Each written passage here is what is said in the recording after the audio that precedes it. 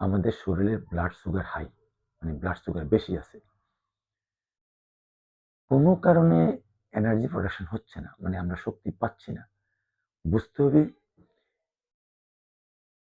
আমাদের খাওয়ার পরে যে সুগার, এই সুগার আমাদের রক্তে ঘুরছে, এটা আমাদের সেলের ভিতরে ঢুকতে পারছে না। ইনসুলিন রেজিস্ট্যান্স হওয়ার কারণে সেলের ভিতরে সুগার ঢুকতে পারতেছে না। আমাদের সেল সুগার এবং ফ্যাটি অ্যাসিডকে বার্ন করে শক্তি উৎপাদন করে। আমরা যদি বেশি পরিমাণে কার্বোহাইড্রেট খেয়ে যাই এবং শরীর দুর্বল লাগে, তাহলে বুঝবেন ব্লাড সুগার বেশি আছে। ব্লাডের সুগার যদি কোষের মধ্যে চলে যেত, মানে ব্লাডের সুগারটা যদি কোষের মধ্যে ঢুকে যেত, তাহলে শক্তি উৎপাদন হতো, আমরা শক্তি পেতাম।